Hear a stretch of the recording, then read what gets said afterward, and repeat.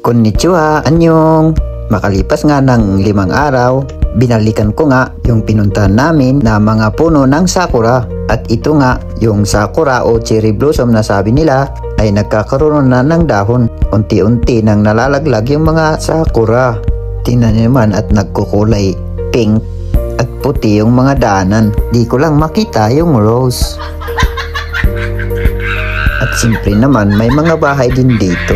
Ang gaganda rin ng mga bahay. Kaso may nakatira kaya?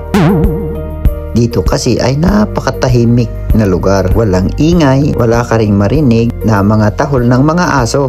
Ang maririnig mo lang yung mga uwak. Alam nyo ba yung mga uwak dito? Mga mauutak din. Pag nag-iwan ka ng mga pinamili mo sa labas, pagbalik mo wala na. Dito ka lang makakita ng magnanakaw na walang kaso. Kasi mga uwak lang gumagawa. Pero dito sa lugar na to, bihira lang talaga ang mga magnanakaw. Kung baga ay safety country. Hanggang dito muna tayo. Hanggang sa muli. Uy, follow naman.